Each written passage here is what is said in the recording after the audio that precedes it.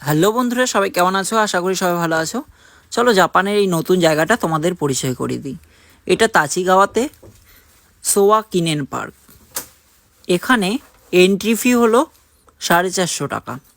যারা যেতে চাও তাহলে কাউচি স্টেশন থেকে মিনামি উরাওয়া যাবে। মিনামি উরাওয়া থেকে নরিকায় করে তাচিগাওয়া স্টেশন অথবা নিশি তাচিগাওয়া স্টেশনে নামতে হবে।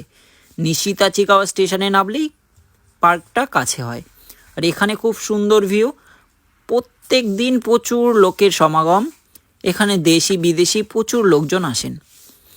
আর চারিদিকে দৃশ্যটা খুব সুন্দর, খুব মনোরম পরিবেশ। আমার তো খুব সুন্দর লেগেছে।